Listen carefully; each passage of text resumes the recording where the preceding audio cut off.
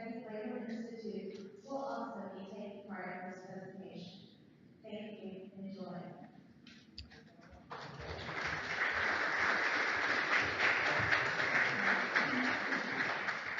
I want to thank you for this opportunity to share with you some facts and ideas from the social sciences that show us the problems that come from hate and terrorism. I'm not here to try and give you any instruction in morality or theology, but rather to share with you some evidence-based information that potentially has great import for you and the children in your lives. Also, in this series, we will be addressing many forms of hate and terrorism that exist in the United States. This is not about Islamist terrorists alone. Nevertheless, I want to begin with the idea of Islamophobia. I recall back in the 1970s when my wife and I first came to Louisville. We participated in the Indian Community Foundation of Louisville activities. There was never even a hint of threats against Muslims. Today, that is no longer the case. Most Muslims now are apprehensive that many people harbor an attitude that has now become known as Islamophobia, and as a result of that are rightly concerned about discrimination and or attacks that sometimes follow from such an attitude. There is also fear among persons who are commonly mistakenly identified as Muslims, such as Sikhs. But others, such as African Americans, have dealt with such problems for centuries. What is common to all this discrimination is the matter of difference, which can often develop into hate. We often think of hate as completely unjustified, but the perpetrators always believe the opposite. Perpetrators are sure that it is right and necessary to try to rid their country of people they feel do not belong in it. These are acts of discrimination and terrorism, with terrorism being actions that seem to the perpetrator to be legitimate ways to make a category of people feel so unwanted that they will leave or obey every rule placed upon them. As I noted a moment ago, such discrimination was not directed towards the Muslim community in Louisville before the last couple of decades. This gives us a clue as to the origins of the hatred we now see directed towards the Muslim community, and that we refer to as coming from Islamophobia. I believe that we must face the fact that there are terrorists who call themselves Muslim without knowing much of anything about Islam. Such people are often called Islamists, and are religious extremists who claim to speak for all Muslims and who wish to establish an Islamic state or caliphate. Their actions are greatly contributing to Islamophobia. The fear that non-Muslims have of the Muslims comes from the simplistic thinking that we can attribute to the lower brain, sometimes referred to as the primitive brain. The lower brain gives simplistic emotional answers to one's problems. One such simplistic answer is the need to protect the us from the them.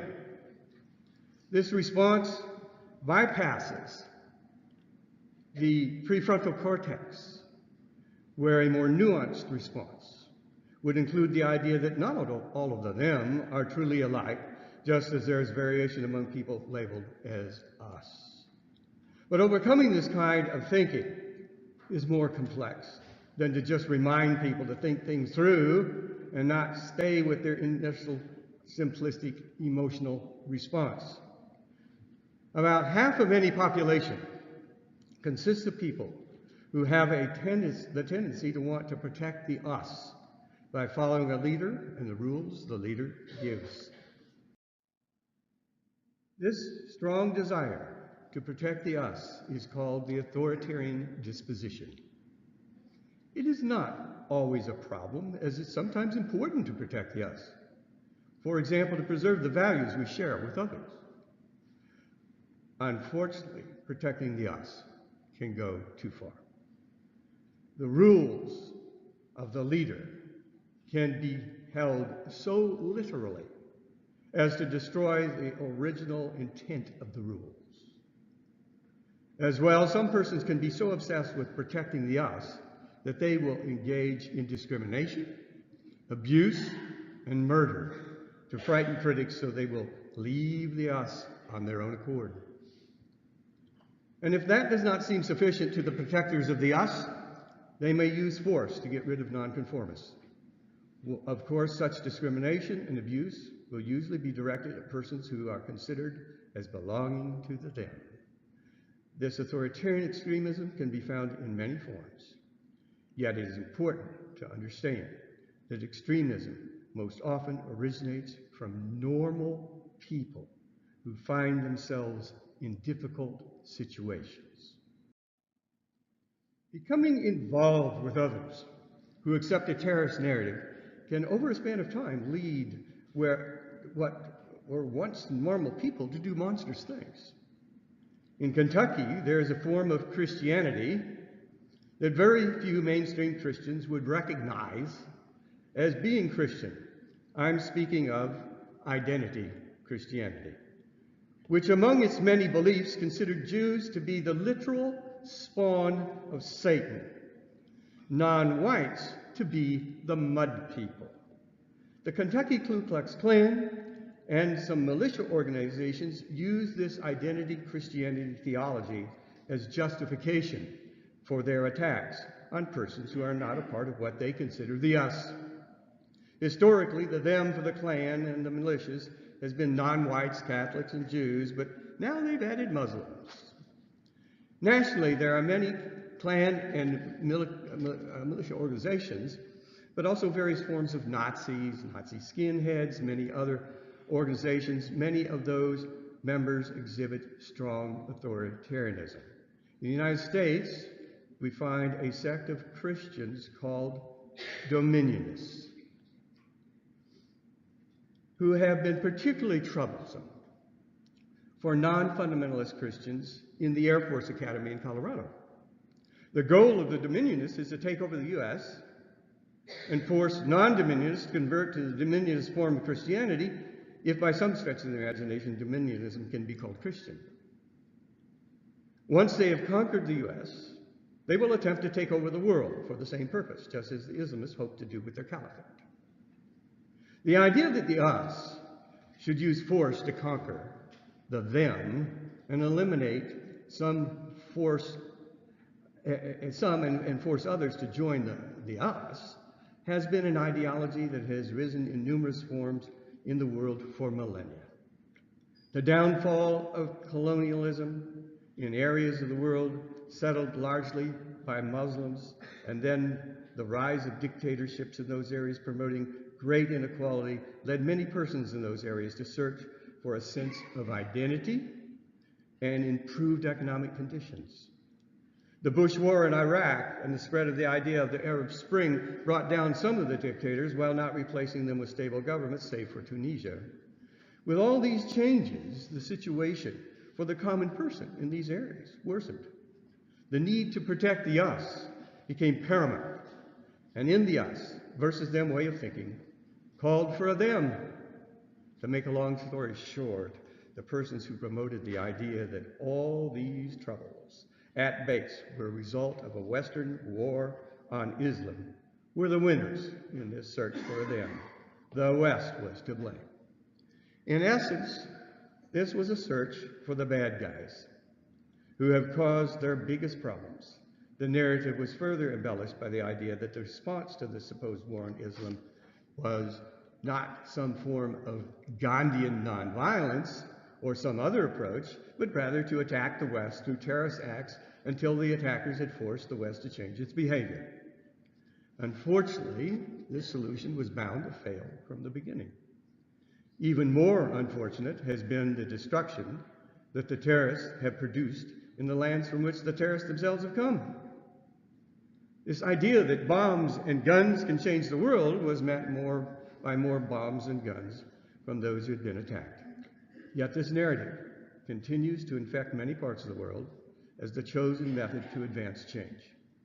This produces attacks on Muslims by Hindus in India, attacks on Muslims by skinheads in London, attacks on forest rangers and county judges in western states in the US, by militia members, and so on all over the world. Terrorist attacks and the responses to such attacks further solidified various ethnic, racial, and religious identities held with only marginal commitment before the attacks. Hence, terrorism breeds division. By now, we can see that Islamophobia is not merely a prejudice that some non-Muslims have, always carried around with them, just waiting for an excuse to put it into action. This is a much more complex situation here.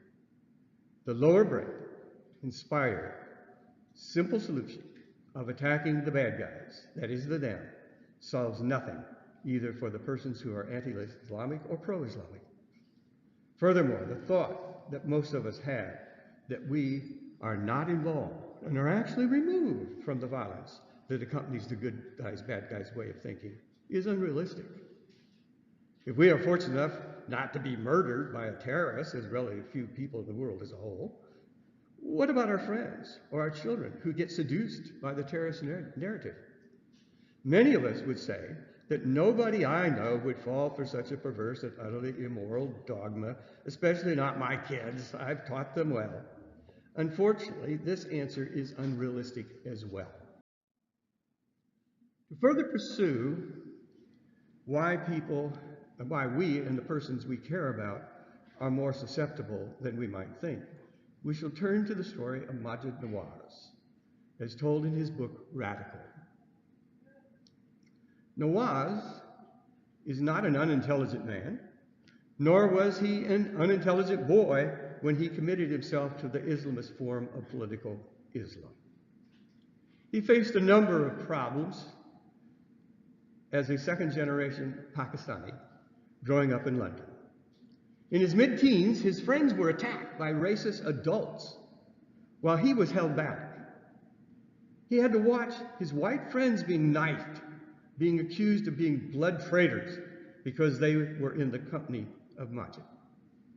He didn't tell his parents about the attacks, nor did he know what to do about his anger and feeling of not belonging to the British society as a result of these attacks. This made him vulnerable to the various messages he was being exposed to by the Islamists, even though the racist gang members were concerned about race, not religion. He was in a distraught state from the racism he had faced, as well as from his teenage search for identity. As a consequence, he gave in to the influence of his older brother, who had joined Hizb al-Tahrir, HT for short, and he went ahead and joined HT as well. Thus, Maajid joined an Islamist organization, even though his parents were cultural Muslims, more that than participants in the religion. Maajid knew very little about Islam. He moved up the ranks very rapidly in his international organization in his late teens and 20s. As with other members of HT, he was facing racist attacks and other problems, such as his concerns over Israeli offenses against Palestinians and Serb attacks on Bosnians. They had accepted a religious narrative as a solution to those racial and political problems. After joining, it took him 13 years to realize that the narrative that he had so strongly embraced and promoted was akin to fascism. We'll talk more about that in a moment. He was introduced to this idea while in prison in Egypt, having been convicted of trying to recruit for HT. There he met some members of the Muslim Brotherhood who were convicted of participation in the assassination of the Egyptian head of state Anwar Sadat many years earlier. Over time, they had changed their views about the Brotherhood as they came to see them more as fascists. Maajid was horrified at this change of thinking and tried to reconvert them to the Islamist narrative. In the end, the older prisoners won the argument. Now that he saw Islamism, As fascist, he realized that he had to get out of HT when he was released from prison. Maajid Nawaz eventually co-founded an anti-terrorist organization in England known as the Quilliam International. He has spoken to groups and given interviews around the world. Let us now view a particularly helpful interview with the BBC. Go to a little video here, hopefully, on Maajid Nawaz. With me is Maajid Nawaz, who's chairman of the counter-extremism think tank, the Quilliam Foundation. Good evening. Thank you for coming in. A piece that people might have seen in the papers by you yesterday began, "I was radicalized, so I understand how extremists exploit grievances." Put that into some sort of context for us. Absolutely. Look, we heard in the live press conference organised by some of the associates of Mohammed Amwazi about the grievances that he may have had towards the security services. And what I'd like to say is that grievances will exist. They have always existed and they will continue to exist. In fact, life itself is a form of grievance. We are on a daily basis struggling to better ourselves. There is absolutely no connection between somebody who's upset with our country's foreign policy and deciding that the solution to that anger is somehow theocratic fascism. The ideologues, people that subscribe to a dogma, whether that dogma be far-right populist racism or it be Islamist extremism, will always excel in their ability to use, to manipulate, to instrumentalize grievances for the purpose of recruitment. And what our responsibility is when articulating those grievances, as we rightly should. Look, I opposed the Iraq war from my prison cell in Egypt as a political prisoner. I remain opposed to the continued existence of Guantanamo Bay. But when I talk about these things, I make it very clear that the solution to Guantanamo is more democracy, is more freedom, is more open societies. It's not theocratic fascism. And are you saying that not sufficient numbers of people are doing exactly as you have just alluded to? They are when they talk about immigration, for example. When we have a conversation around immigration in this country, it's quite taboo to use racist language when doing so. Unfortunately, when we're talking about Islamist extremism, we're not so alert to the various sensitivities around that. We're not so alert to the fact that foreign policy grievances are instrumental. When you say we're not alert, who's we in this context? All of society. For decades in this country, we have allowed for the growth of Islamist extremism on the grassroots. Look, the leap between someone like Mohammed Amwazi, who was raised in this country, to go from someone like him to joining ISIL, isn't that great a leap? If you've come of age in an atmosphere in which it's normal for people to dream about resurrecting a theocratic caliphate and enforcing Sharia, that idea, if it's normalized in our communities, it's not such a great leap to then go and join ISIL from there. In which case, how do we get to the point where the normalization, to use your word, of that belief is discredited far more effectively than it appears to be being discredited now? Yeah, we just saw your correspondent outside the University of Westminster. I know for a fact that the president of the student union, not just the Islamic Society, but the student union at that university at one time, a couple of years ago, used to be associated with Hizb ut-Tahrir, an extremist Islamist organization, that's my own former organization, that's responsible for popularizing this notion of creating a caliphate. Within our academic institutions, within our civil society, within our mosques, within our schools, we have people who are unchecked, unfettered, propagating this idea of a caliphate. And unfortunately, what we're not doing is treating it as if it was homophobia or racism. We're not good at standing up and drawing a line in the sand, saying no to theocratic fascism. Our job, our responsibility, is to make Islamism, the ideology of Islamism, as unattractive, as unappealing as Soviet communism has become today. We must leave it there. Maajid Nawaz, thank you very much indeed. Thank you.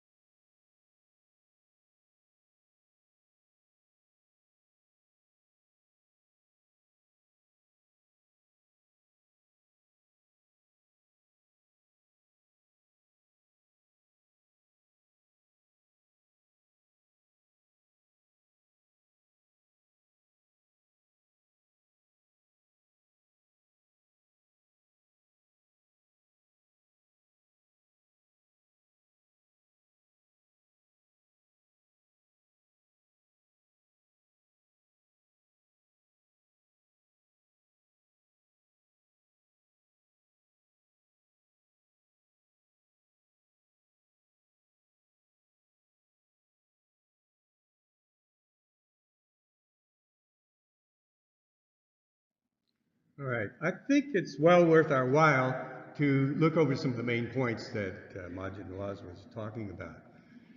For him, grievances are widespread, but a proposed solution to a grievance may be an utterly useless way to attempt to address the grievance. Grievances are used as recruiting tools for a wide variety of extremist organizations. Theocratic fascism, as proposed by the Islamists, is not a true solution to any grievance. What is needed is not cutting off debate, but more debate until a real solution is found. A narrative that is normalized is powerful because its widespread acceptance within a group inhibits challenges to its logic. Extremist narratives must be challenged so that their true nature becomes known. And then perhaps we can figure out good solutions to the problems rather than trying to kill each other. All right, we're back to fascism again. So let's talk about that again. He said we must make the Islamist narrative as unattractive as communism today. One way to get at that is to show we're headed for fascism in some ways. Many of these organizations are more fascist than they understand. But what the heck is fascism? Well, many people assume that fascism is just another word for dictatorship. Indeed, all fascist organizations, when fully developed, do have a leader who rules as a dictator. But such an organization is far more dangerous than any non-fascist dictatorship. Fascism destroys any possibility of critical thinking, as one must always obey every whim and pronouncement of the leader. No debate is allowed. Furthermore, here we have an example here, of why you might think that. We have Herman Goring here telling us education is dangerous. Every educated person is a future enemy. So we don't want education, we don't want debate, we don't want discussion. You will be told what to believe, and if you don't go along with that, very bad things will happen. So these never-ending attempts to promote and ensure loyalty and purity of doctrine make all but the most powerful persons susceptible to arrest. I mean, you never know in the hierarchy when you're going to get knocked off because you might have upset someone or said the wrong thing. Such an extreme version of the us is highly likely to end in overreach against a stronger enemy or end through destructive infighting. Fascism is the result of taking us versus them thinking to its logical extreme. Really no good can come from it.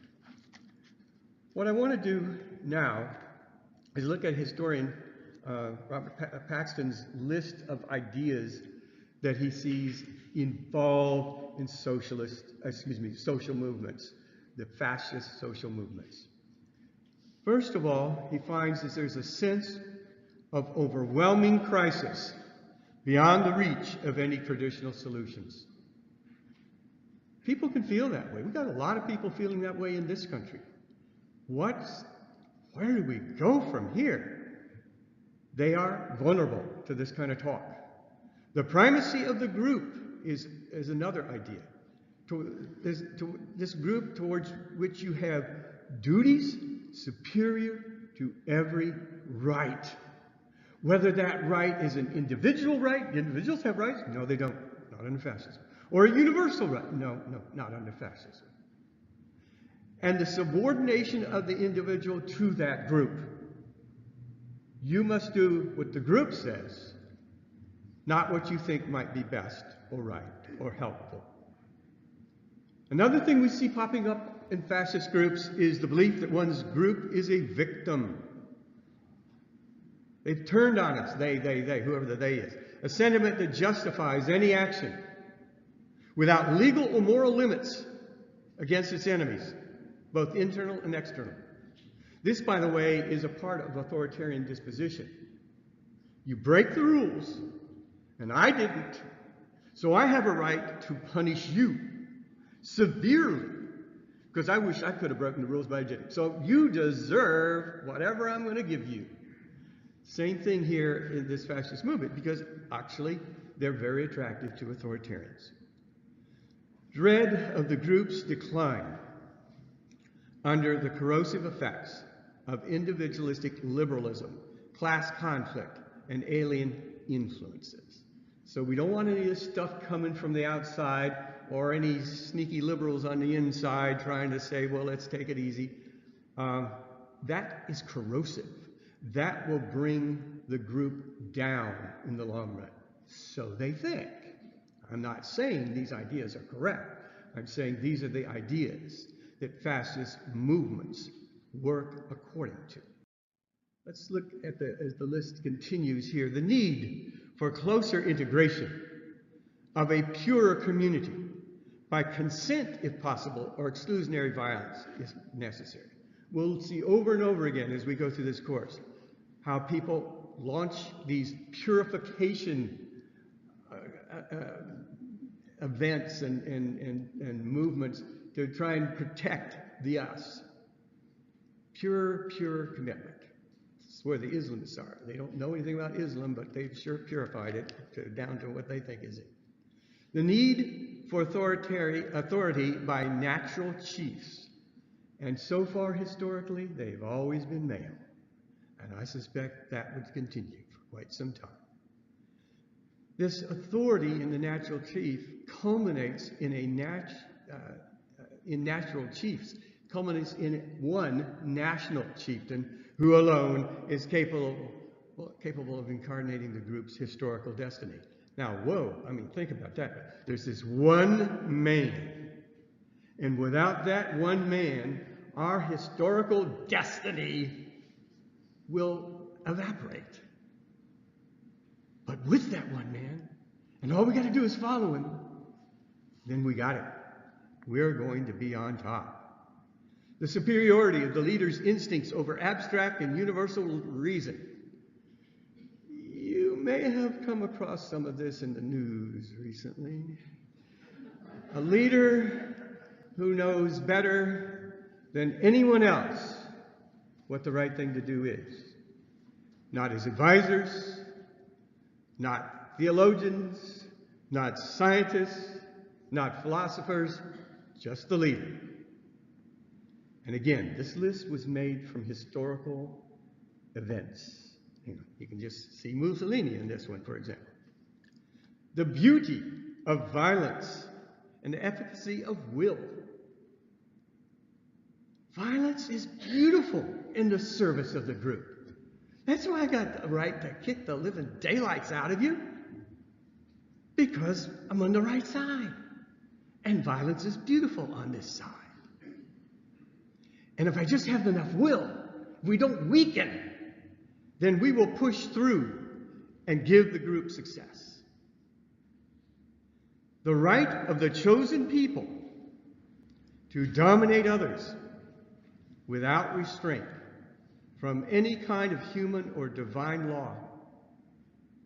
Now, this last part is going to be a little tough, so hang in there with me. Right, what is right, being decided by the sole criterion of the group's prowess within a Darwinian struggle. Well, this is a horrible abuse to Darwin's theory of evolution. This goes back to ideas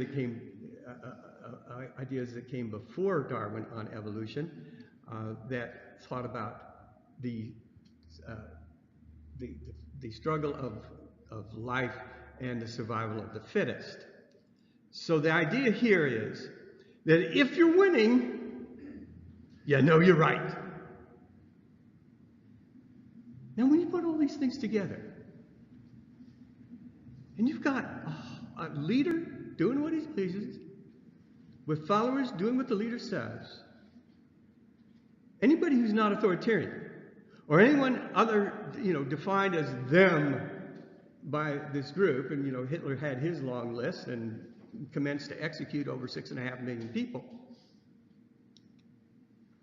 This is an extremely dangerous form of organization. This is not one run-of-the-mill little dictatorship. And we are on the verge of this now. We have to be careful. We need to know about this. Because many people don't, and they go right along. Boy, this sounds like a great program. And you get uniforms and everything. Yeah. Let's talk a little more about fascism. It attracts authoritarians, that's for sure. Clearly, fascism is compatible with the authoritarian disposition. Fascism destroys any possibility of critical thinking. And this is what we've already said. And, you know, that in the light of what we already talked about is pretty powerful stuff. All right, so let's move on. Authoritarian and religion. When the authoritarian emphasis on us versus them thinking is taken too far, it stands the religion from which it was derived on its head, and thus completely transforming that religion into its opposite. Identity Christianity is not standard Christianity in a sense, it's the opposite. And the Islamist theology is the opposite of Islam. And you will find that, I suppose, you can't pick a religion where at some point in history, a movement arose within it to purify it. Go back to the good old days. And that was the more us against them authoritarian view. All right.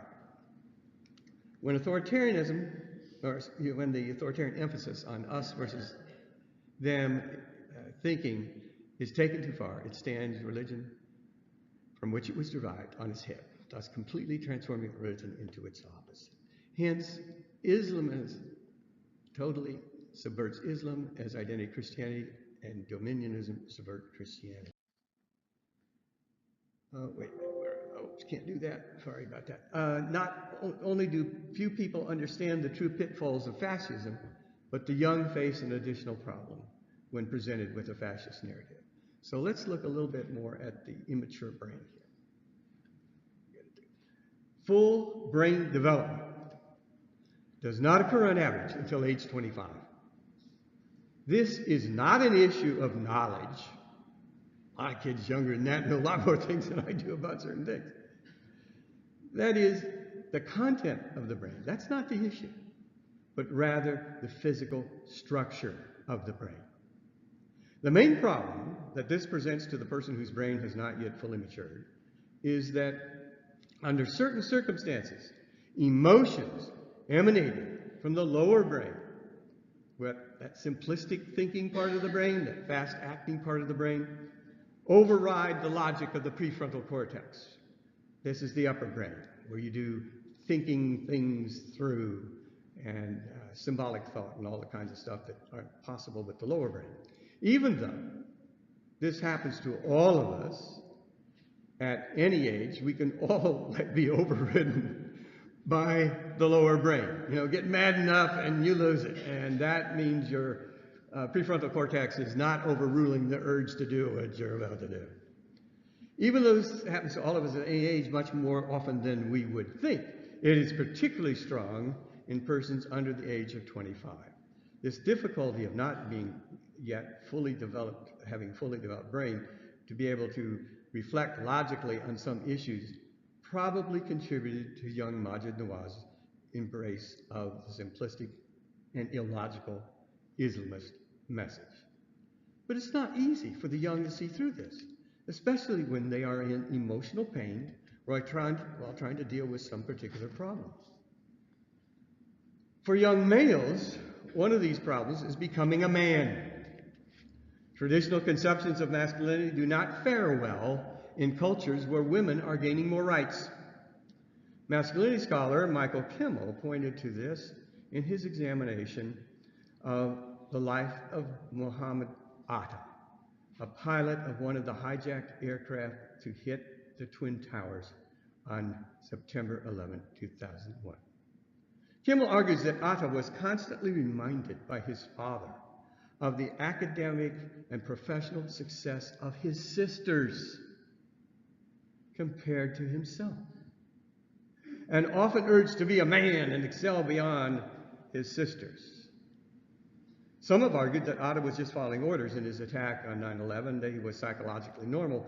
However, criminal justice professor Adam Lankford claims to have evidence that Otto was clinically suicidal, a view consistent with Kimmel's interpretation that an act of supposed martyrdom was a way to be a man his father wanted. In our communities, we can sometimes push too hard to make our children what we want them to be. For some boys, the dream of being a warrior for a grand cause, such as an Islamic caliphate, brought into existence by military action, would fulfill this desire to be real man. Our next session, we will look at where this happens in the United States, okay? But not in terms of Islam, but in terms of race. Because of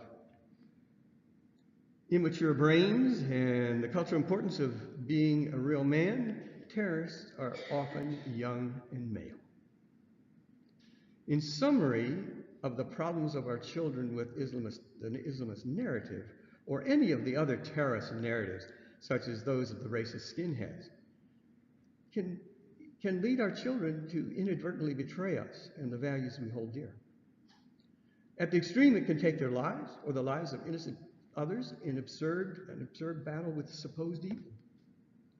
Every day, some parent in some part of the world will be ignorantly praising their child for his or her terrorist actions, and some other parent will be suffering the grief and guilt that they feel for not having stopped their child from such a counterproductive death.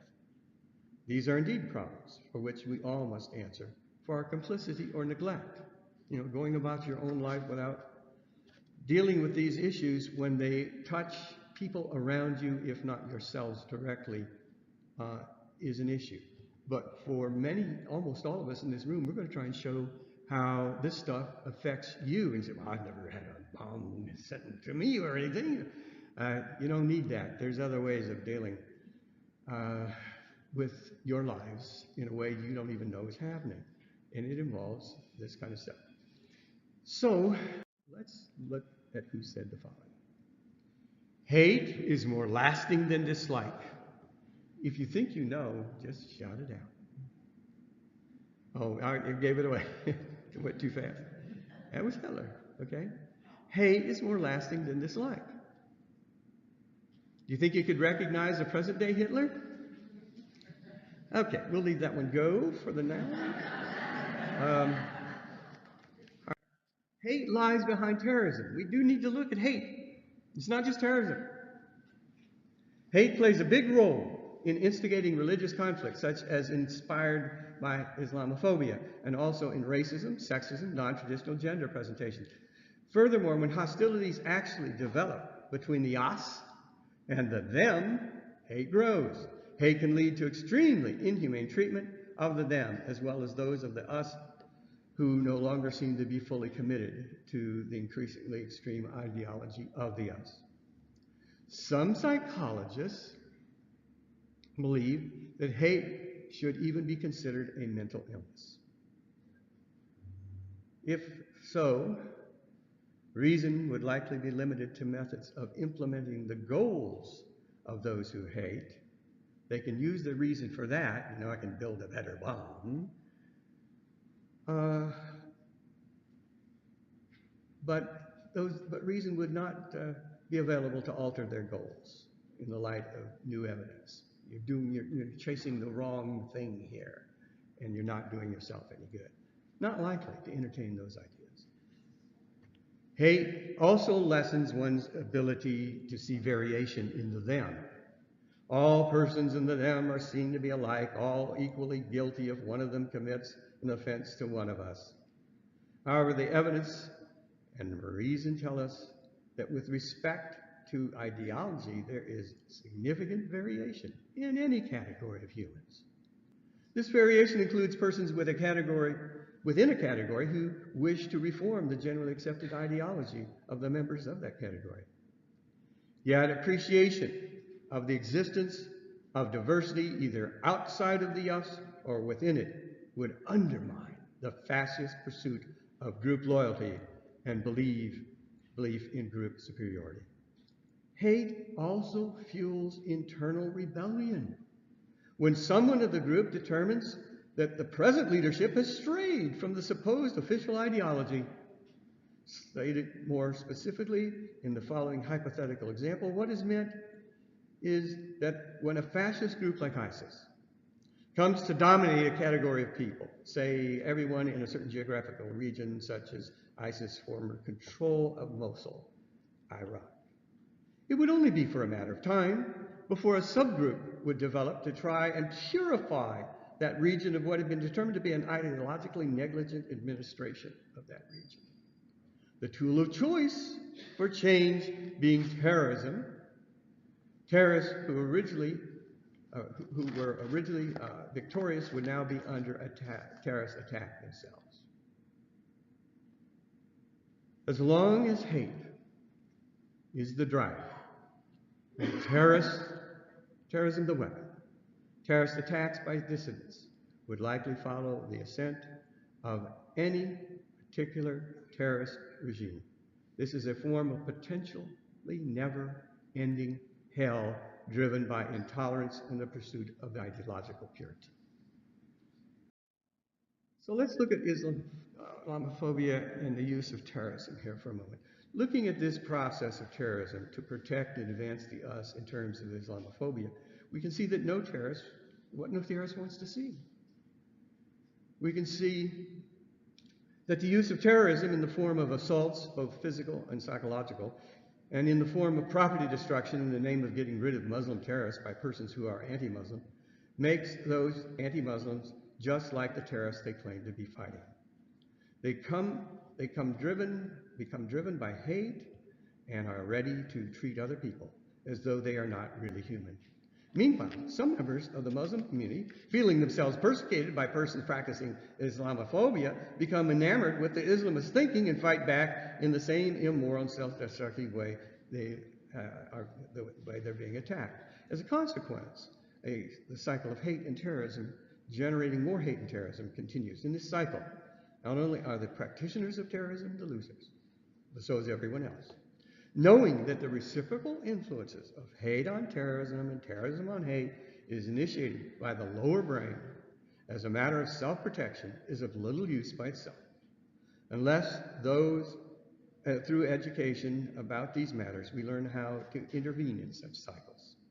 Because our younger generations in the USA are much more tolerant of all forms of diversity than older generations, the possibility of successfully intervening in the hate terrorism cycle has increased. The more difficult task now is the reduction of present-day violence. I've already mentioned that even when terrorism is successful, it is often only temporary, so terrorism may develop against the former terrorists. However, terrorism is seldom successful. It usually leaves great destruction in its wake, as we witness in the Middle East today. Dealing with the aftermath of colonialism would have been difficult enough without terrorism, but with it, life for most people in the Middle East has become extremely difficult, and much of the housing and infrastructure has been destroyed. Many people have been displaced, and not all of them are Muslim. For example, very small sects of Christians have lived in the Middle East, often under Muslim rule, for about 1,400 years, until the Islamists decided to seek what they consider to be Islamic purity. In the thinking of the Islamists, most Muslims are not truly practicing Islam, and the Christians are certainly not and need to convert or leave. But what we know now is the Prophet Muhammad offered his protection to Christians. Any controversy about this in the field of archaeology has largely been put to an end by the 2013 book by John Andrew Morrow entitled The Covenants of the Prophet Muhammad with the Christians of the World. One of the ancient documents examined in this book that Morrow has demonstrated to be authentic is titled The Covenant with the Christians at Najran. Oh dear. Okay. I went too far. sorry, let me go ahead and just read that to you. The text of that prophet, what the prophet said to the Christians includes these words. I hereby declare that my horsemen, my foot soldiers, my armies, my resources, and my Muslim partisans will protect the Christians as far away as they may be located, whether they inhabit the lands which border on my state, in any region close and far, in times of peace as much in times of war. I commit myself to support them, to place their persons under my protection, as well as their churches and chapels and oratories and monasteries of their monks, the residents of their anchorites, wherever they are found, be they in the mountains or the valleys, caves or inhabited regions, in the plains or the deserts. I will protect their religion and their church, wherever they are found, be it on the earth or the sea, in the west or in the east, with utmost vigilance on my part, the people of my house, and the Muslims as a whole. I place them under my protection. I make a pact with them. I commit myself to protect them from any harm or damage, to exempt them from any requisitions or onerous obligations, and to protect them myself by means of my assistants, my followers, and my nation against every enemy who targets me or them. Now, we also have a response from a Christian patriarch here that was composed somewhere around the year 649, so this goes quite back. And here's what the Christian leader said. As for the Arabs, to whom God has granted rule over the world at this time, you know well how they act toward us. Not only do they not oppose Christianity, but they laud our faith and honor the priests and saints of our Lord, and give aid to our churches and monasteries. History is not always what we think it is. We'll now pursue one more extended example to show how the good guys can sometimes be the bad guys, and vice versa. We will further see a territory which was the envy of all Europe in its time, a territory ruled by Muslims. Here we have a shot of the Christian St. Catherine's Monastery in Egypt. This is a shot of it still there. It's in Egypt, so the terrorists didn't get at it very easily, right? But it's been ruled by Muslims for hundreds of years. Why is it still there? Well, because it depends on which form of Islam dominates.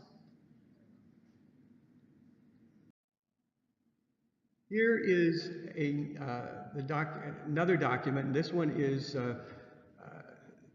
because St. Catherine survived is partly because of this document. The document on the right is known to be authentic and shows this protection was demanded by the Prophet Muhammad himself. So this is the Charter of the Privileges of Christians. So it's different than the one I read to you before. And we see the original in the center there. Now, Sheikh Muhammad al-Yaqubi makes the argument for rejecting the Islamist narrative in his book, Refuting ISIS, when he states, and these are his words, ISIS claims to support Islam and calls Muslims around the world to jihad in the way of God and to the implementation of the Sharia, but their claims are refuted by their actions. They cause the worst damage to Muslims and the worst distortion of Islam. They perform jihad by killing Muslims in Syria and Iraq, or by killing innocent civilians in malls, theaters, restaurants, and mosques. How can they claim to implement the Sharia when they are ignorant of it? Supporting Islam can never be achieved by the excommunication of the Muslim nation, nor by betraying non-Muslim citizens and enslaving them. ISIS leaders are people of unbelief and misguidance, and Muslims should not be lured by their jihad or deceived by their propaganda, as their actions speak louder than their words. And of course, there's Jihadi John doing his disgusting things. Well, the example we're going to be looking at here, we go back, this map goes back to about the year 1000. We're going to go back further than that. But that shows in green that territory held by Muslims at that time. So it was northern Africa, much of the Middle East, and much of what we call Spain. After the invasion of 7/11 of several thousand Berber Muslim troops, the Christians began to regain, they lost everything up except, the green in Leon there is what they regained. This process of regaining all of Spain from the Muslims took over 700 years. And about the first 300 years, the Muslims were tolerant of both Christians and Jews, most of the time. They brought a flourishing of agriculture through the introduction of extensive irrigation and the introduction of non-native fruits such as lemons and pomegranates that were then exported for great profit. They introduced paper to Europe, made in their own paper factories. What an advance that was for the Europeans to be able to write on paper. So why not produce it for them in the factories? This was a very growing economy. The residents of Iberia called the invaders Berbers and eventually Moors, with the latter term being a reference to their dark skin. The Moors were Muslim and a part of a larger Muslim empire. However, race had little importance, as religion was the principal factor in determining group allegiance. The Muslims brought architecture far advanced beyond contemporary European concepts, as can be seen here in the Great Mosque in Cordoba. Here we see only a few of the over 600 columns in the Great Prayer Hall. That was just one part of the mosque. Here's another shot of the mosque at Cordoba, and it's hard to see, but you can see there's extremely elaborate symbols, really just graphics on the walls. Here's the dome of the Great Mosque of Cordoba, high above everyone's head. The city of Toledo became a center of learning for all of Europe. Greek and other ancient manuscripts were brought by Muslims to Al-Andalus, what this area was called, after the Muslim conquest of Alexandria in 641, the great library in Alexandria, and translated into Latin. They first translated into Arabic and then into Latin. Muslim emphasis on learning required most people to be able to read. So education was for everyone. Cities like Toledo and Cordoba and Granada had many libraries. We pat ourselves on the back because I don't know what was in the 1700s, really 1800s, we had compulsory general education. The Muslims were doing this in the 700s and 800s in many of their cities. You get educated, learn to read. It's not like the madrasas today where you're spouting off the Quran in a language you don't even understand. This was education. You had to learn how to read. Many Europeans came to study, and Toledo was a source of information for the budding English Center of Learning at Oxford. I mean, here were all the Greek manuscripts being translated into Latin. So the Europeans now had a source for reading this stuff. Mathematics guided the construction of the palaces and mosques. You get the right proportions, then there's a certain beauty in that. And the mosque at Cordoba was governed by that kind of mathematics, and most others were as well. Science guided the practice of medicine. And, they had many hospitals. This was so far above what the Europeans were doing that some of them came to study the medicine that was now available in Toledo. This information flowed throughout Europe, where even craftsmen In their processes of construction were known to use Arabic numerals as we do today. I mean, you can actually count things that way. Roman numerals, they poop out pretty quick. I mean, you go nuts trying to use a... This information preceded what up to recently had been considered the beginnings of the Renaissance in Italy. Before that, now some scholars consider the underpinnings of the Renaissance in Europe to have come from Toledo rather than Italy. But it wasn't to last forever. In response to Christian attacks, and there was always attacks, Muslim on Christian, Christian on Muslim, Muslim on Muslim, Christian on Christian. It was just a mess in that area, except when you get one very strong leader. And so when you don't have that, things begin to fall apart a little bit. And in response to Christian attacks, another wave of Berber Muslims coming from North Africa took over the southern part of Al-Andalus in the 11th century. However, the new rulers were offended by the presence of Christians and Jews, as well as much of the existing Muslim culture, such as sculpture and music. They even defaced some of the sculpture, such as ones depicting musicians. Loud music. The authoritarian response sought greater purity for Islam, that is, for an Islam as the rulers thought it should be. Thus, the authoritarian Christians were now in conflict with authoritarian Muslims, and human rights, sciences, the arts, and the economy all suffered. So by 1492, Granada finally fell. It held out for a couple hundred years, the very base of Spain. But it finally fell to Ferdinand and Isabella.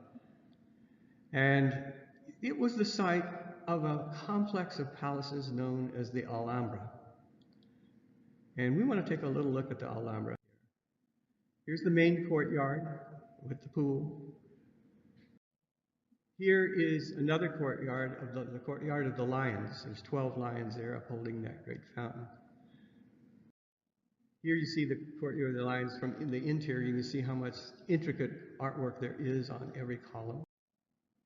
Even the authoritarians appreciated the Alhambra. As they took over Granada, Ferdinand and Isabella were intent upon removing anything that seemed a Muslim. Over several decades, they had more than 1 million volumes burned from the many libraries in Granada, Cordoba, and other cities that they controlled. All the records kept at the Alhambra were burned, but the Alhambra itself was too majestic and beautiful to destroy. About 2 months after their victory, Ferdinand and Isabella celebrated their victory with an event held at the Alhambra, in which Christopher Columbus was the guest of honor just before he set sail for what he thought was the India. The Christian authoritarians were unable to escape some other Muslim influences as well. Just as a number of Muslim rulers of the past had made modifications and additions to the Alhambra, so did Ferdinand and Isabella, as they can be seen in the entrance to their tomb shown on the right. So they were buried there. Even though they were entombed in a basilica, they built in the Alhambra. On the walls near their resting place is an inscription in Arabic that says, "There is no true God but Allah." The mixture of the Arabic culture, the Muslim culture, the Christian Visigothic culture, and even northern of that, the Franks, all mixed up together. And of course, Spaniards won't admit that today, but there's a tremendous cultural. The Inquisition was the instrument for the authoritarians to purify the us. The authoritarian urge for purity of us, held by Ferdinand and Isabella, led them to form the Spanish Inquisition in 1478. Even though the Alhambra was largely spared, the Muslims of what had been Al-Andalus were not. Although originally formed to only ferret out lapsed Catholics, the Spanish Inquisition eventually was brought to bear on all royal subjects of Spain. Muslims were given the choice to convert to Catholicism, leave the country, or return over to the Inquisition, which generally meant death for men, women, and children. The Spanish Inquisition had many forms of torture. Note the woman on the right, hoisting a man by his wrists, tied behind his back. This is called strappado and was commonly used. But you must keep it under an hour to avoid killing the guy right on the spot. Don't want to kill him. You want to bring him back tomorrow to suffer some more. So good guy versus bad guys? Well, authoritarians can more easily slip into the extremes to protect the us, but everyone is vulnerable. When we define the us very narrowly, we tend to strike out, and the response is often violent. All of this leads to great destruction for everyone, as for the example of the Berbers in the 10th century and the Inquisition beginnings in the 15th century, or ISIS today. When we can widen the us, as the early Muslims in Al-Andalus did, and some versions of Islam and some versions of Christianity do today, we grow in all dimensions. For example, wealth, psychological well-being, and the arts. Instead of good Muslims or bad Muslims, as well as good Christians and bad Christians, we have people who sometimes compromise their values and sometimes make themselves into monsters.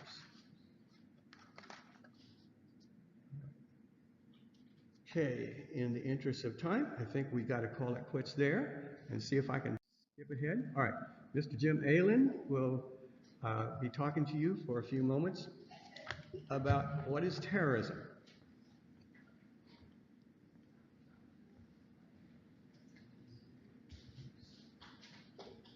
Well, we will have a chance for questions after all three presentations.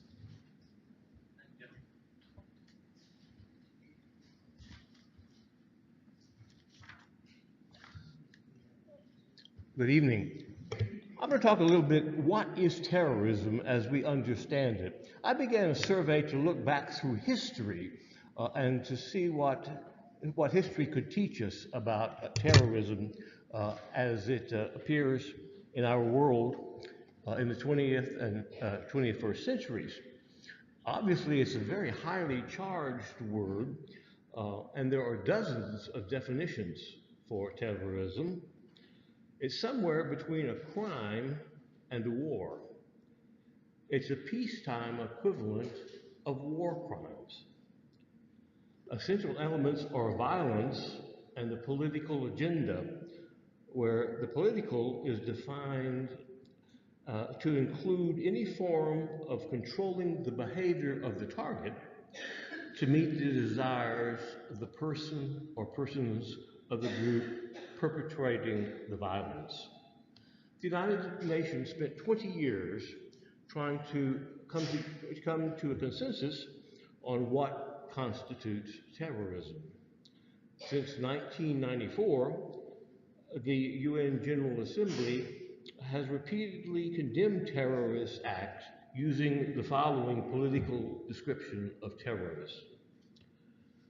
Criminal acts intended or calculated to provoke a state of terror in the public, a group of persons or particular persons for political purposes in any circumstance is unjustifiable.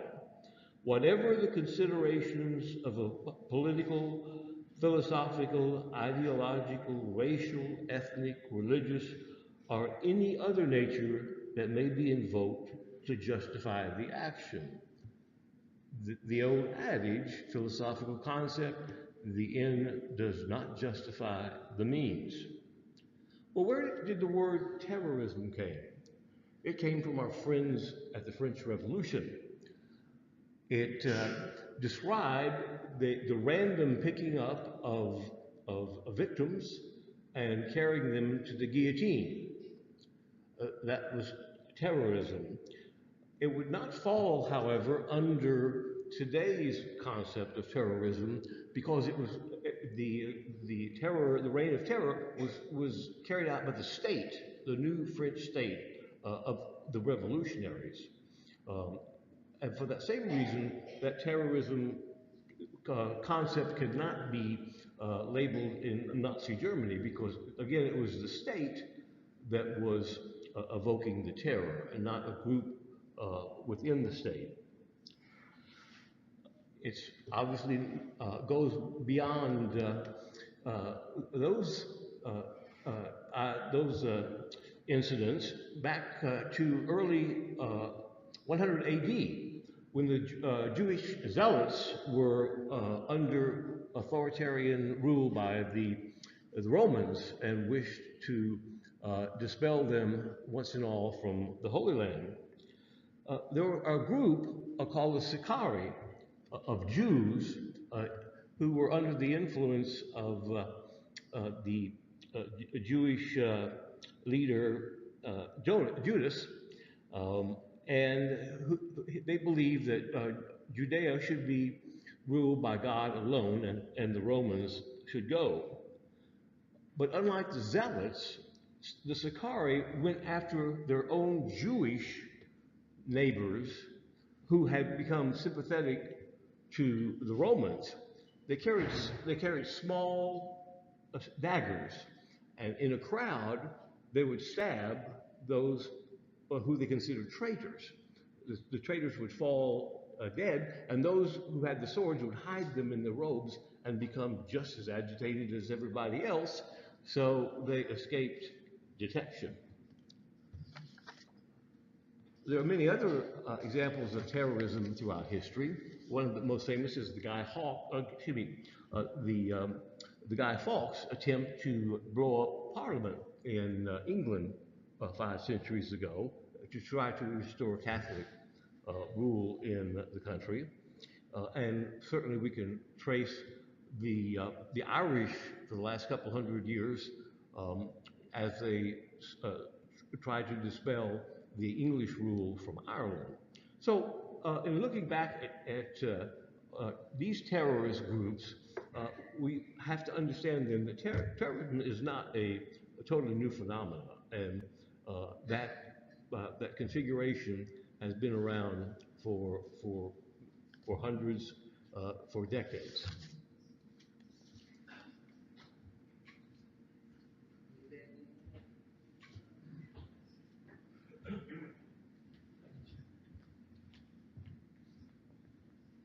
Thank you, Jim. And now Dr. Rifat Hassan will be speaking.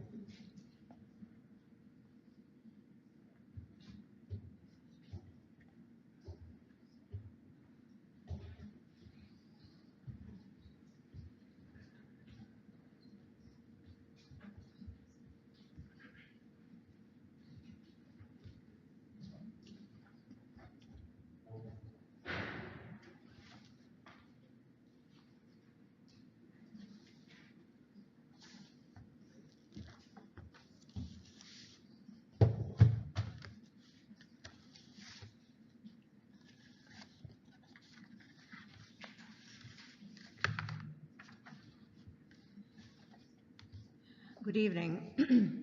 The task assigned to me this evening is to talk about Islamophobia, to have a brief look at the origin of this term and the history of negative imaging of Islam and Muslims in the West.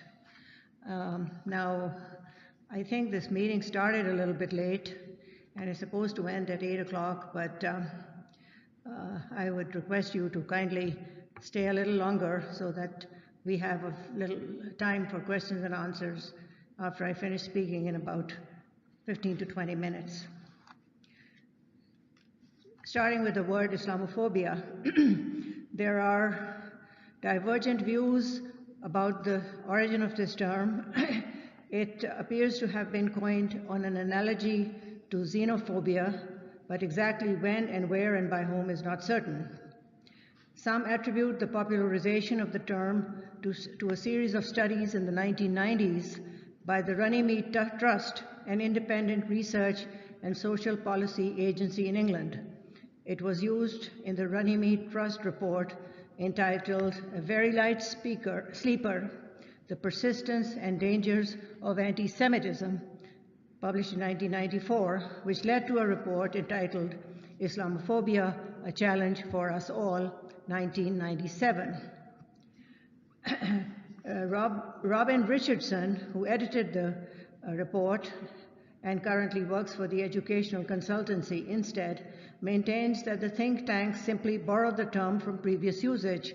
And according to him, this word was first used in France as the word Islamophobia in 1910 to criticize French colonial administrators for their treatment of their Muslim subjects. The word was first used in English by Professor Edward Said, whose work on Orientalism has had historic impact, in 1985.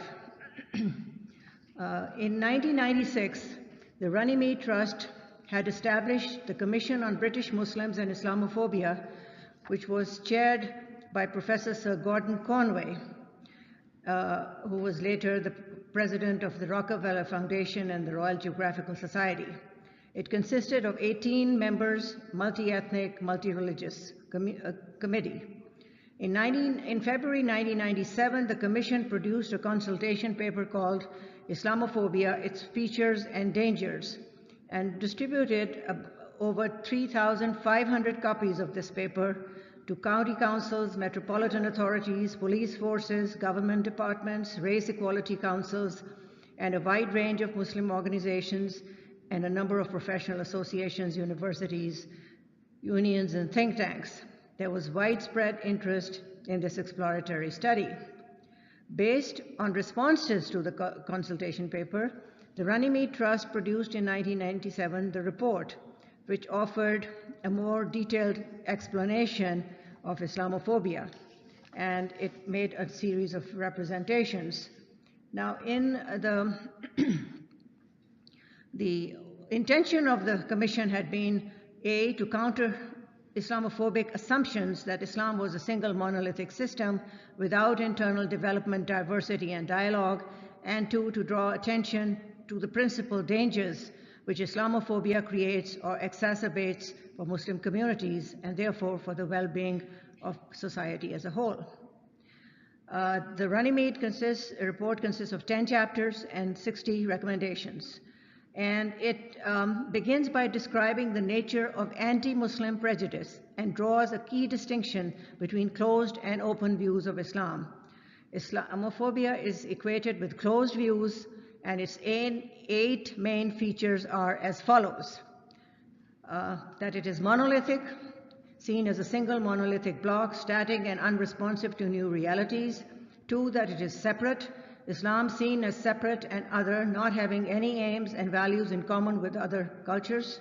Number 3, inferior. Islam is seen as inferior to the West, barbaric, irrational, primitive, sexist. Number 4, enemy. Islam seen as a violent, aggressive, threatening, supportive of terrorism, engaged in a clash of civilizations. Number 5, manipulative. Islam seen as a political ideology used for political or military advantage. Number 6, rejection of the criticism of the West.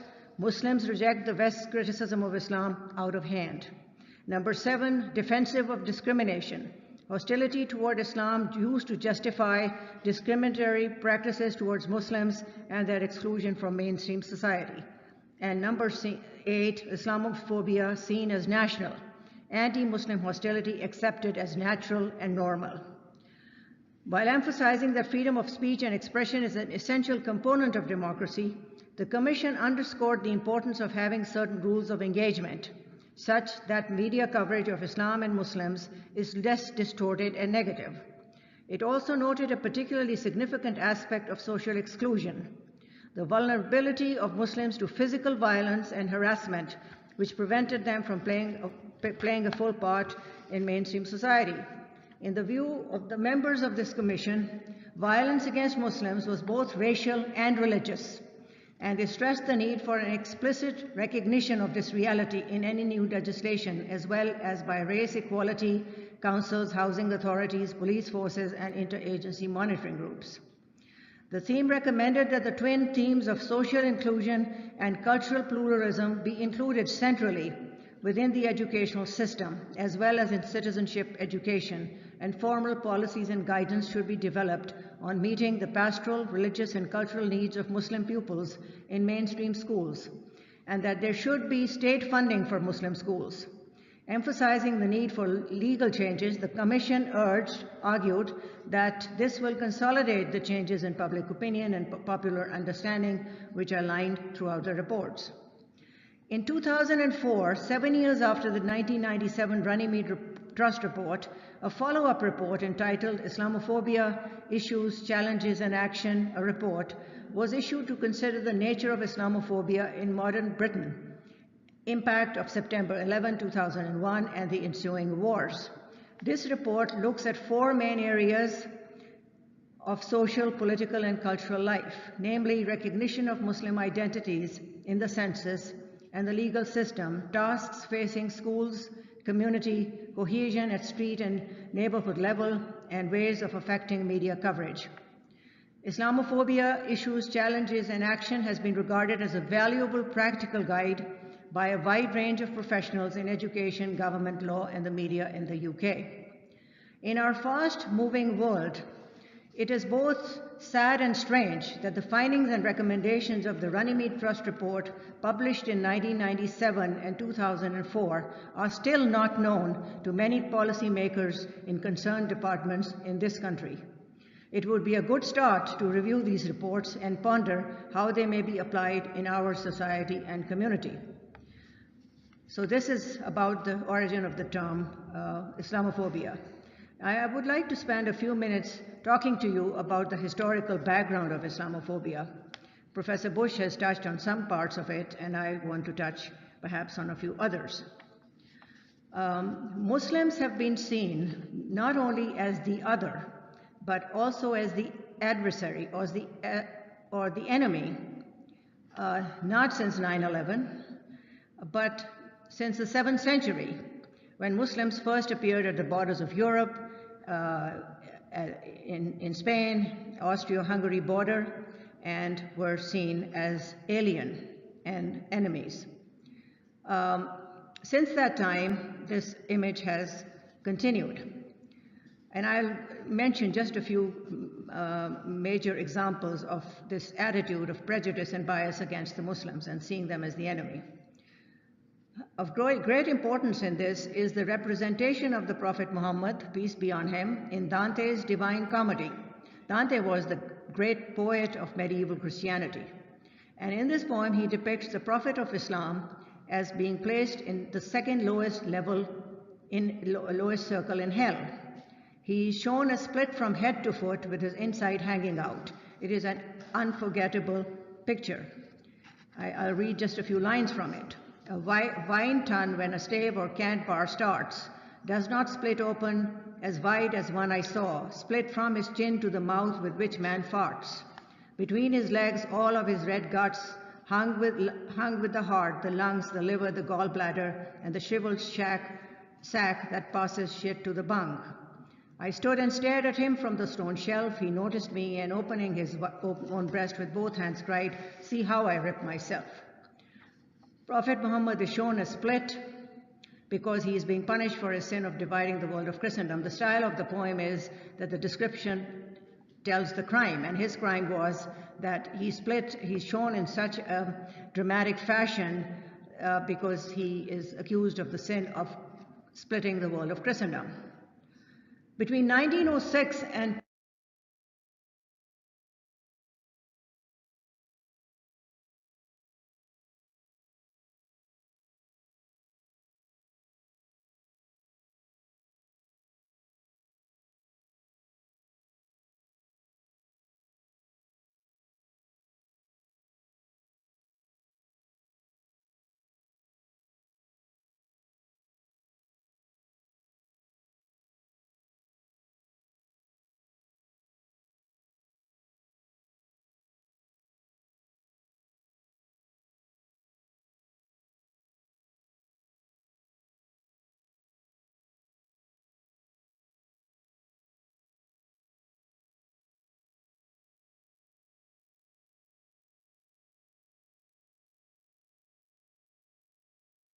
delivered a series of lectures which were later published in a book called On Heroes and Hero Worship and the Heroic in History.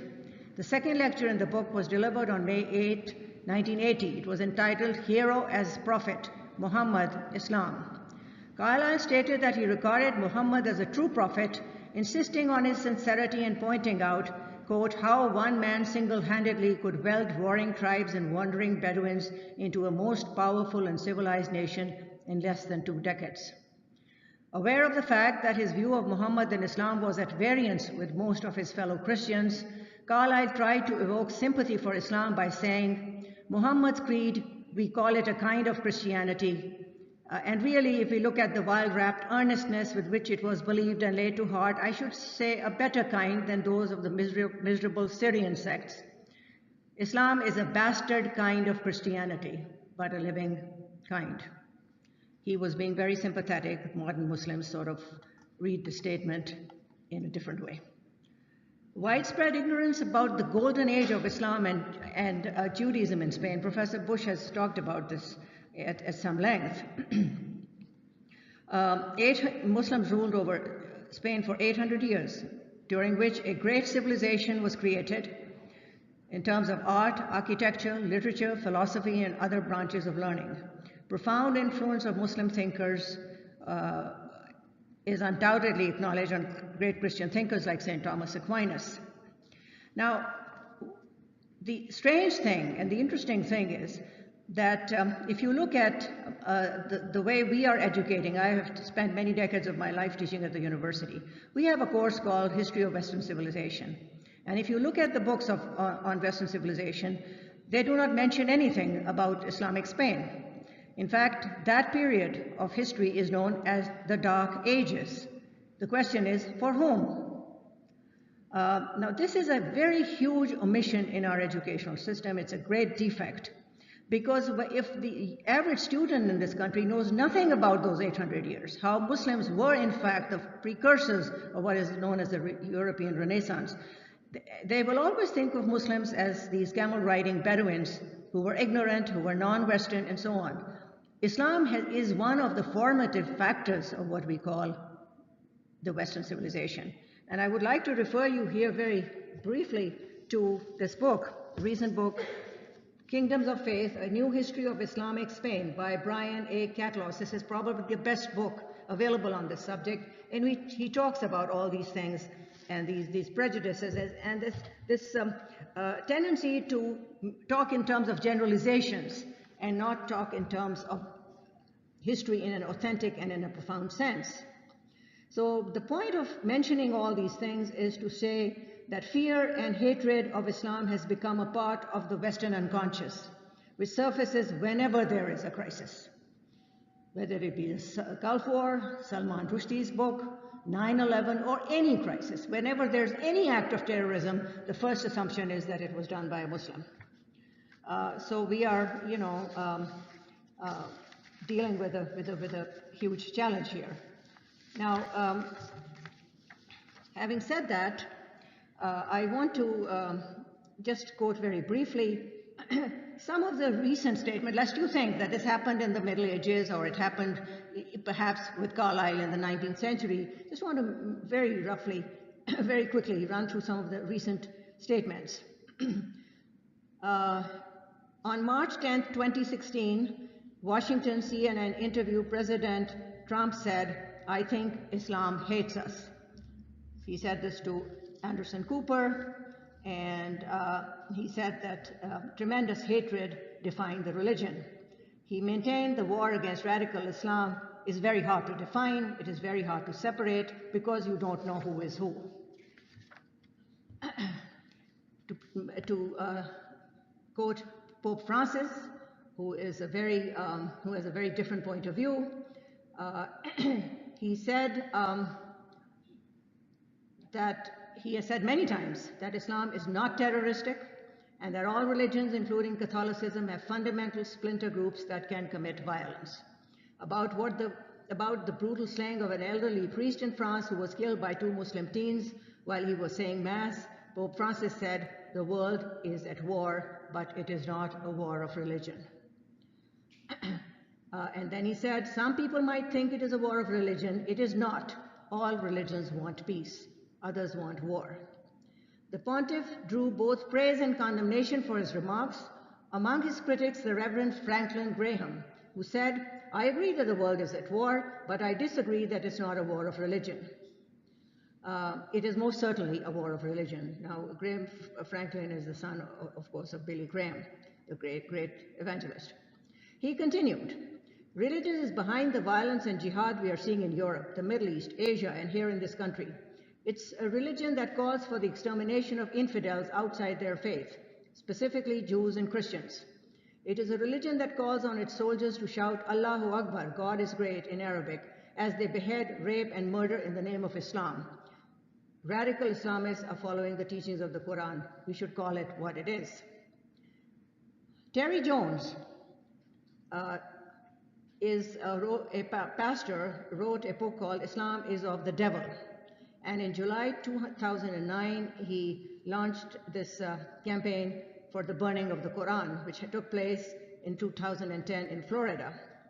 Jones believes that Islam promotes violence and that Muslims want to impose Sharia law in the United States. He did not become widely known until after announcing plans to burn copies of the Quran. The plan to burn Qurans was first announced on Twitter on July 12, 2010, and was promoted on Facebook and on YouTube. The national and international discussion, objection, and protest contributed to extensive media coverage. Hillary Clinton, who was then U.S. Secretary of State, said, "It is regrettable that a pastor in Gainesville, Florida, with a church of no more than 50 people can make this outrageous and disgraceful plan and get, the world's attention." The commander of the International Security Assistance Force in Afghanistan, General David Petraeus, said, "It is precisely the kind of action that Taliban use and cause significant problems. Not here, but everywhere in the world, we are engaged with the Muslim community." The pastor responded to Petraeus' statement that we understand the general's concern. We are sure that his concerns are legitimate. Nonetheless, we must send a clear message to the radical element of Islam. We will no longer be controlled and dominated by their fears and threats. President Barack Obama was asked on September 9, 2010 on ABC's Good Morning America about the Quran burning controversy. He said, "You could have serious violence in places like Pakistan or Afghanistan. This could increase the recruitment of individuals who would be willing to blow themselves up in American cities or European cities." He said, "I just want him to understand that this stunt that he's talking about pulling could greatly endanger our young men and women in uniform who are in Iraq, who are in Afghanistan.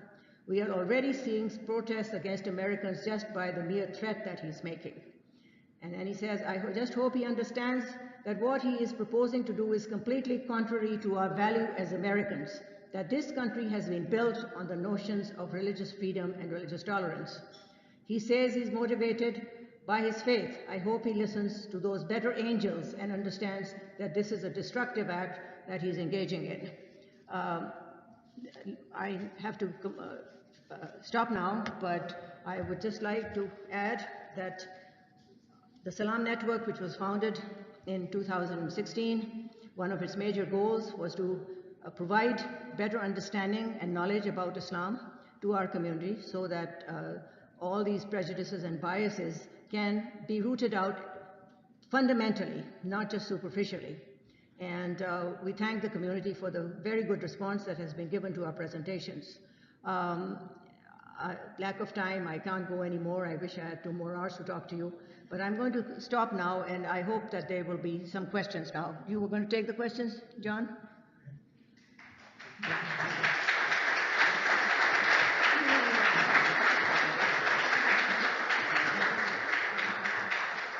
Whoever has a question, please go to the mic and step back. I'm going to sit down and you, yeah, okay. Yeah.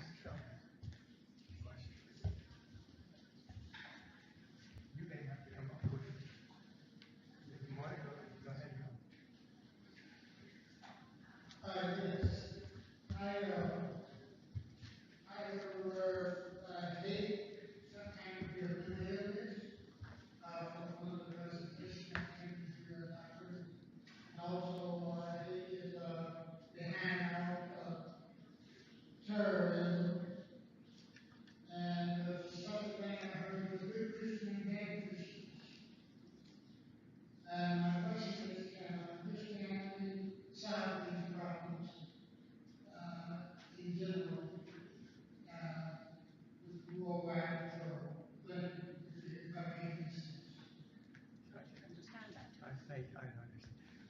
what I got was, can Christianity solve these problems? Only a part of Christianity can solve these problems. Okay? There's never a unification. There's always going to be authoritarians out there trying from greater purity, and they will know that they have to keep up their war against somebody else. Now, oftentimes, this is a way for a leader to advance his own standing within his community. Find an enemy, and we're going to be the ones who burn the Quran or something. So you got to take them with a grain of salt. No, Christianity isn't going to solve it. But in the Islam network, we have a number of Christians working with us to try and give an understanding of why we think the way we do, instead of just saying, well, my ideas are right, my leader told me so. Again, that seems to be something happening to our country these days. Anyone else?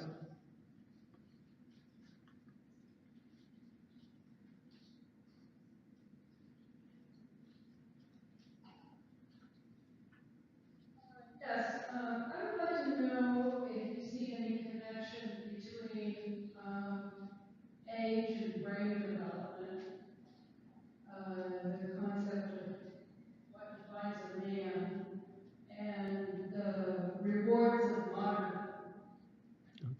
And I'd also like to know whether this idea, this current contemporary idea about the rewards of martyrdom is a new idea, or is that something that has existed for a long Well, time? okay, your first question about what it means to be a man, that will be, what, session 4, something like that? We're really going to go into that deeper and see why young people today are having particularly young males, having great problems with that. But so do some older males have great problems with that. The other question was what? It was about... The rewards of martyrdom. Okay, the rewards of martyrdom. That theme is only a couple hundred years old and really been advocated since the 1960s. So, but what difference does it make? You can take any set of ideas and utterly destroy them. You know, Marx died saying, "Je ne suis pas marxiste." He's speaking in French, and I'm not a Marxist, okay? Because his ideas have been so mutilated. We just see that time after time in history, and certainly in religion. Yeah, Jim? Quick question. Yeah. Or an observation. Up until now, we are typical cult-like behaviors to seal out other information. Don't listen, don't find, don't read, don't hear. But we seem to be in a situation now in the last 10 years, 20 years, with the internet, where we're awash in information that's unstoppable. Mm-hmm. But the behavior continues. So information isn't going to damage the cult. Seems to be contradictory. Yeah, it would seem that way, wouldn't it? But once you're indoctrinated into one of these groups, and you are correct, they are very cult-like. Don't have time to make that distinction, but once you're indoctrinated into that, you really accept it. That's what's going on. You know, there's really only 2 ways to get people out of a cult. You know, if you kidnap them and take them out and say, "Hey, you're free. We got you out of there now. You're okay. Take me back." I mean, it'll be immediate. Take me back. You had no right to do this. The only thing that works for them is if they can have a former cult member who got out, talk to them and explain how they were manipulated, or they read a book about that manipulation. They start saying, "Oh, yeah, that happened." They then begin to realize they were really manipulated. But people are very committed to these positions. We'll see that when we talk about racists next time. Anything else? Yeah. Yes, Dr. Hassan, maybe the hint which you mentioned the Quran, I remember that very well, and the picture of Prophet Muhammad in the French magazine, and violence is sparked. Well, in this country, we're sort of used to more the Bible, or we're used to things that happen that's offensive to me.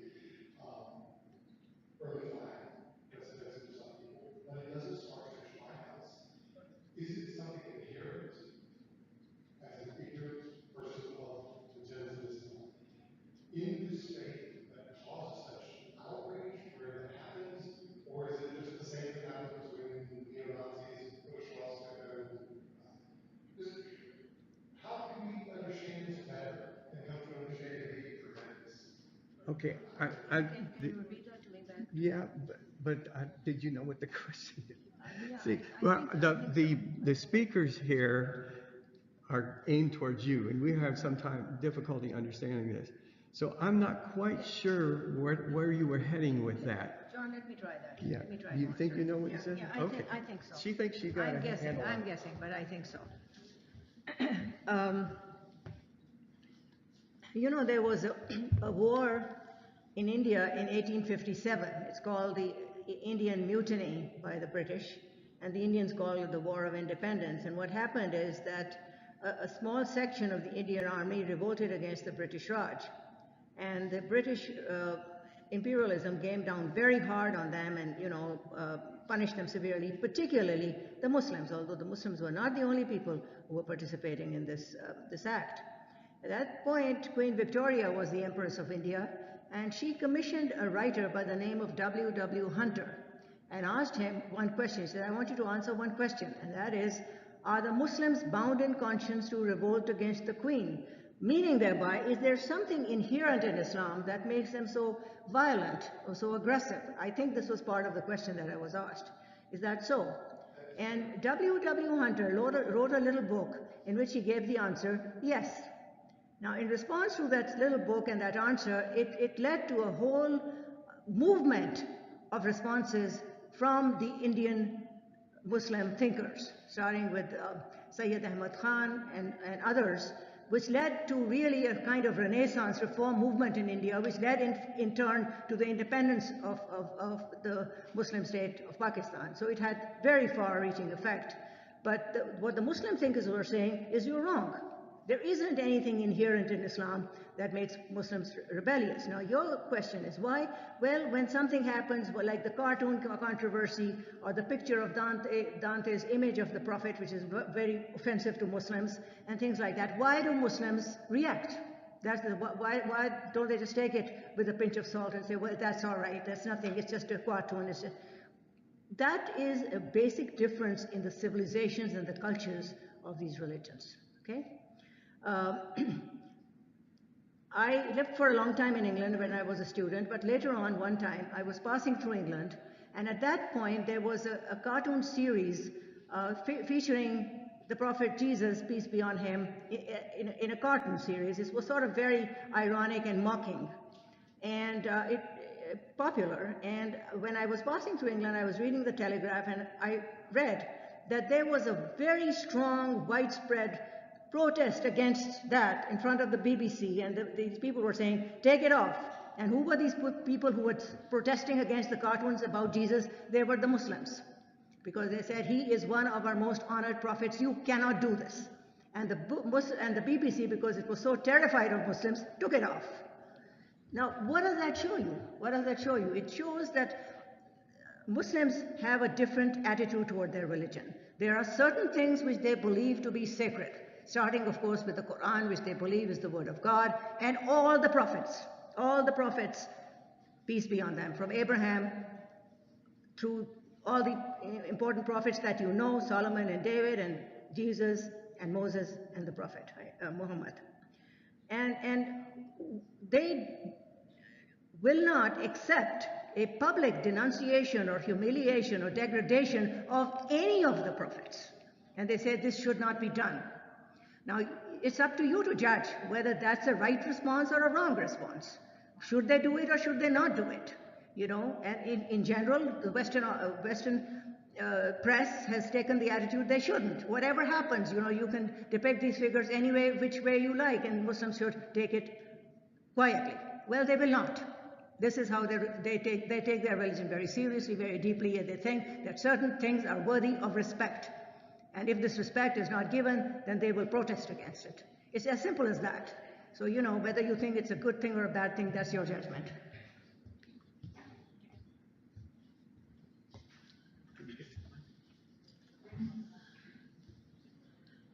One of the issues that the first speaker brought up had to do with the development of the brain. And here we are with 25-year-olds finally getting into brain development or full brain development. But across the world, the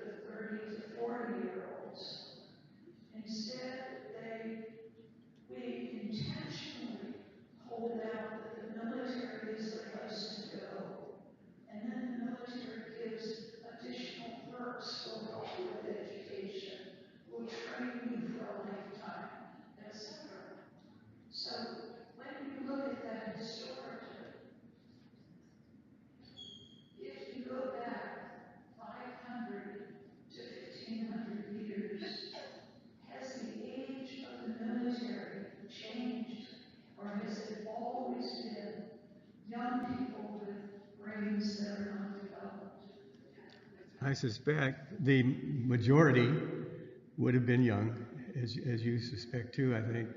And they're easier to deal with.